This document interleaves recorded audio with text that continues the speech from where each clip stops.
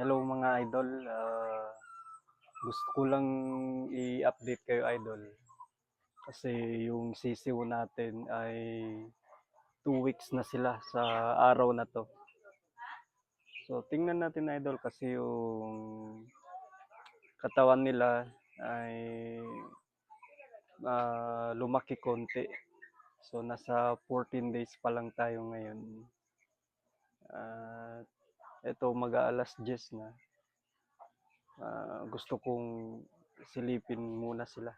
Pero kahit gabi idol, pinapakain ko sila ng konting feeds lang para at least may pagkain sila kapag gabi at maintain yung tubig natin.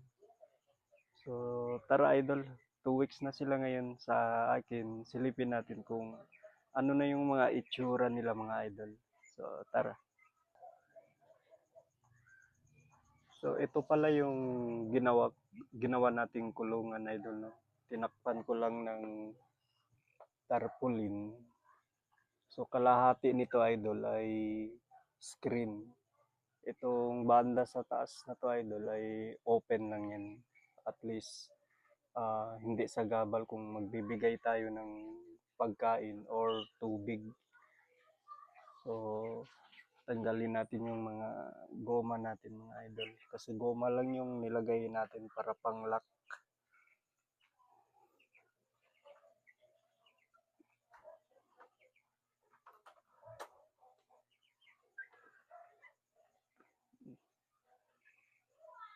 Yun.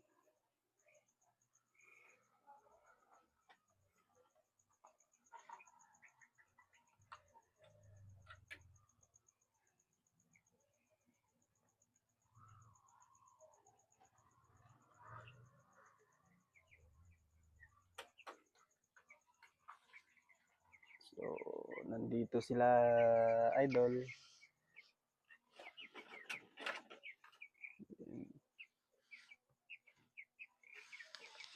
So lagi ko talaga silang chine-check idol. Kahit hating gabi kapag ako ay pumupunta ng CR, sinisilip ko talaga sila kung okay lang sila at hindi pinasukan ng mga daga.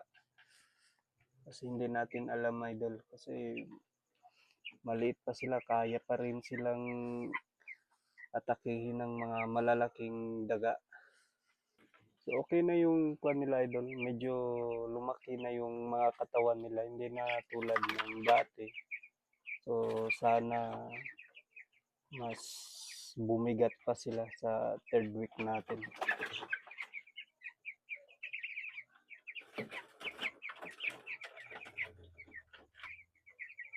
At maliksi naman yung mga galaw nila idol. Wala namang senyalis na nangihina sila.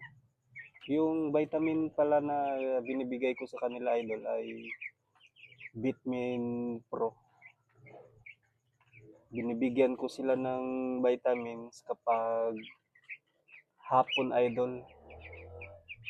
Tuwing umaga, pure na tubig lang yung binibigay ko sa kanila. Pag sumapit yung tanghali, ay binibigyan ko na sila ng vitamins para iwas sa sakit. Yun.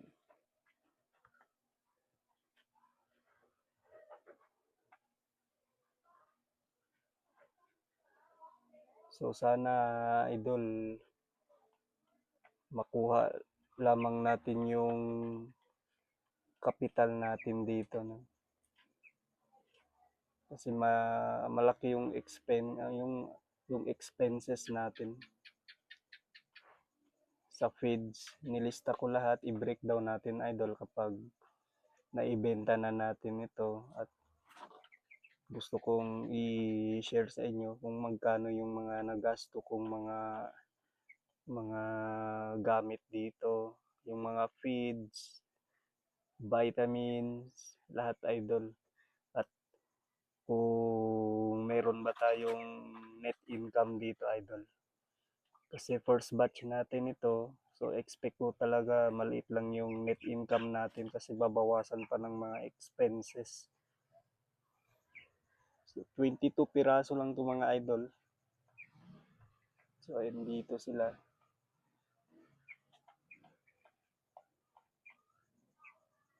Yung feeds natin, idol, sa unang araw nila sa akin, Integra 1,000 yung pinapatuka ko sa kanila hanggang 12 days. Pagkatapos nun, idol, nung nag 12 days sila, hinalo ko na yung Integra 2,000. At hanggang ngayon, Integra 2,000 na yung binibigay ko sa kanila na feeds. So ang lakas nilang kumain, idol, ang bilis maubos yung mga feeders natin. Ang lakas. Pati yung tubig, madaling maubos.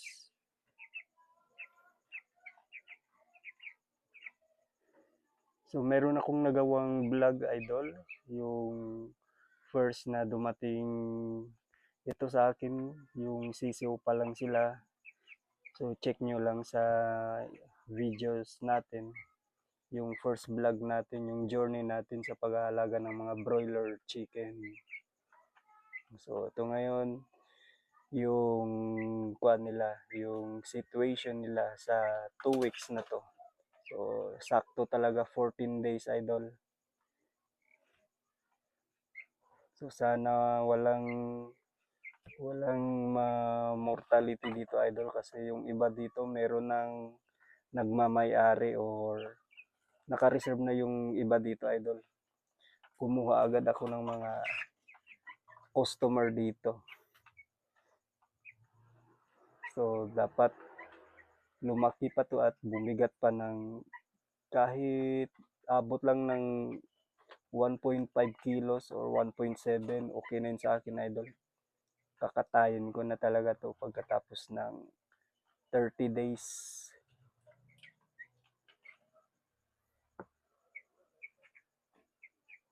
So update ko kayo, idol, kung update ko kayo sa susunod na linggo.